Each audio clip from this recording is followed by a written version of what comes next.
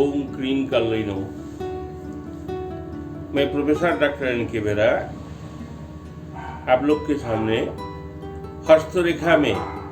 हस्तरेखा के आधार पर सरकारी नौकरी का योग है या नहीं तथा करियर के क्षेत्र में हस्तरेखा के द्वारा कैसे करियर में उन्नति होती है उसके बारे में कुछ जानकारी दे रहे हैं।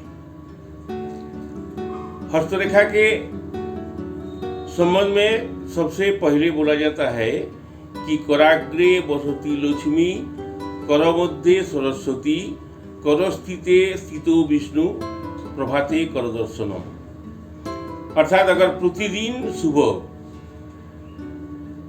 उठ करके सबसे पहले अपना हाथ देखें और अगर अपना इच्छा शक्ति से कुछ भी नहीं है मुश्किल अगर ठान लीजिए कि आपको करियर में उन्नति चाहते हैं, सरकारी नौकरी करना चाहते हैं और जीवन में प्रगति के पथ पर जाना चाहते हैं, तो सुबह में उठकर अपने दोनों हथेली को देखें और मन की जो कामना है अपने आप निश्चय करें। क्योंकि अगर आप अपना विल पावर को बढ़ाते हैं तो उससे आपको सफलता मिलती है।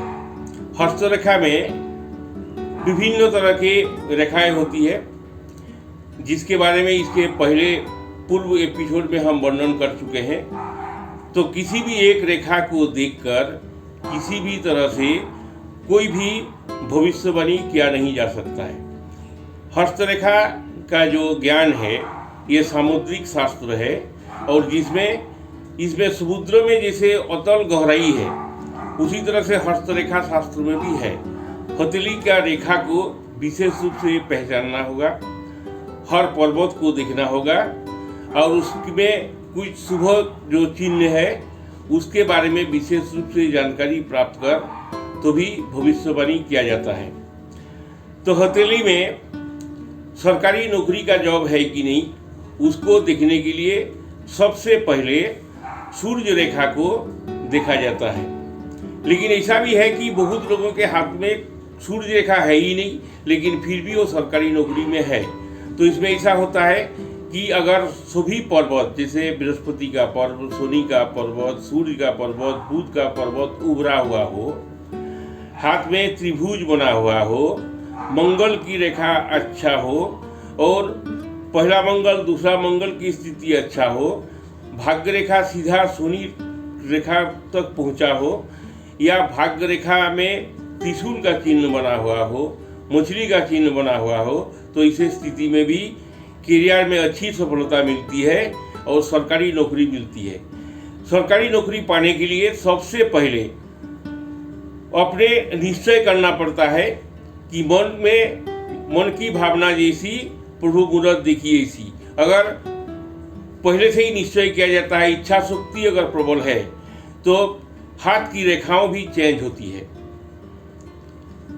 लाइफ लाइन और हेड लाइन और हार्ट लाइन इसमें चेंज नहीं होता है, लेकिन बहुत समय ऐसा भी देखा गया है कि किसी का लाइफ लाइन छोटा हो और अपना इच्छा शक्ति से उसको जीने का इच्छा हो, जीवन में वो सफलता करता है तो उसका लाइफ लाइन भी बढ़ता है और हाथ की रेखाएं में चेंज होता है।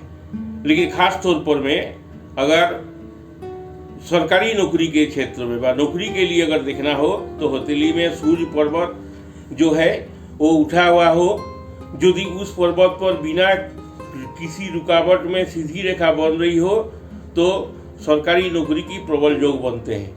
यदि किसी व्यक्ति की हथेली में सूर्य रेखा गुरु पर्वत की ओर जा रही हो तो ऐसा व्यक्ति एक बड़ा सरकारी अधिकारी बनता है।